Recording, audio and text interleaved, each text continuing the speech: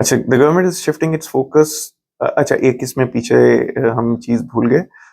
New language proficiency requirements, ये चीज थी जो पोस्ट ग्रेजुएट वर्क परमिट के लिए इन्होंने रिक्वायरमेंट अब नहीं डाल दी, पहले नहीं थी, अब कर दी है ये। CLB 7 for university graduates and CLB 5 for college graduates. ये कोई इतना मुश्किल नहीं है। CLB 7 जो होता है वो मेरा आइल्स का 6 होता है स्कोर, 6 बैंड अगर आइल्स में आ जाए आपका तो। और CLB 5 आई थिंक 4 या 4.5 होता है। इस तरह करके है, तो वो तो तकरीबन हर बंदे का आ जाता है, कोई बहुत मुश्किल काम नहीं। लेकिन हाँ, आपको एग्जाम दोबारा देना पड़ेगा आइल्स का। जो इधर अगर किसी ने 2 साल पहले अपना दिया था आइल्स का एग्जाम, और फिर उसके बाद उसने अप्लाई किया उसकी बेस पे अपना स्टडी परमिट, और वो फिर इधर आया, साल गुजारा, उसने गुजारा के सारा अपना पढ़ाई अपनी कंप्लीट कर ली, तो अब क्योंकि ज़ाहिर है 2 साल से ऊपर हो गया, क्योंकि 2 साल की उसकी वैलिडिटी होती है। 2 साल से अगर ज़्यादा हो गया तो उसको दोबारा आइल्स का एग्ज़ाम देना पड़ेगा। अच्छा, अगर तो आप November 1 से पहले पहले अपना post graduate work permit apply कर रहे हैं, तो फिर तो आपको कुछ करने की ज़रूरत नहीं है, आप अप्लाई करें और आपको मिल जाएगा।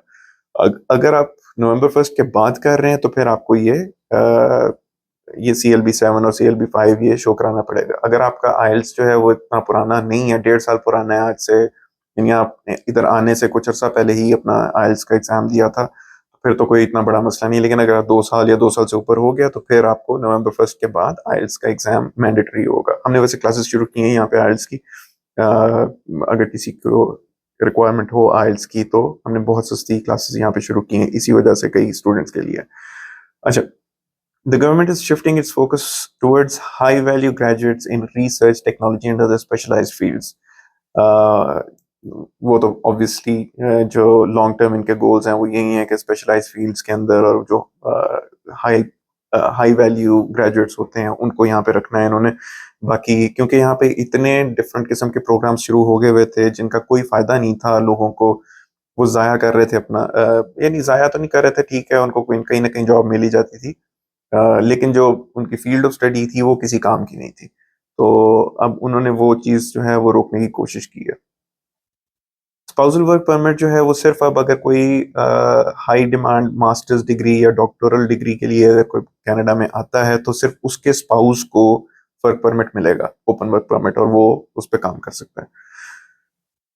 Actually, the primary objective of these changes is to balance immigration in a way that meets Canada's economic needs while addressing concerns about housing availability, labor market saturation and infrastructure stress. इसमें और भी बहुत ज़्यादा मसले होते हैं, लेकिन इन्होंने ये कहा है कि जी इसका मकसद ये सारी चेंजेस का ये है कि बैलेंस करें ये इमिग्रेशन नीड्स को, और जो यहाँ पे हाउसिंग का की क्राइसिस चल रहा है, शॉर्टेज हुई हुई है बहुत ज़्यादा हाउसिंग की, और लेबर मार्केट जो है उसमें बहुत ज़्यादा, यानी इस वक्त सप्लाई बहुत ज़्यादा, लेबर की डिमांड इतनी नहीं है आगे से कंपनीज की, और इंफ्रास्ट्रक्चर यानी कि जो सोशल सर्विसेज होती हैं उनके ऊपर स्ट्रेस बहुत ज़्यादा आता है, हेल्थ केयर के ऊपर स्ट्रेस बहुत ज़्यादा आता है, जब इतनी ज़्यादा आवाम आ जाती है और इतना आपके पास अ, उनको यहाँ पे संभालने का, और इतना आपके पास यानी यहाँ पे वो, यानी आवाम जब इतनी ज़्यादा आ जाती है तो आपके पास वो सारा इंफ्रास्ट्रक्चर नहीं होता उनको केटर करने का।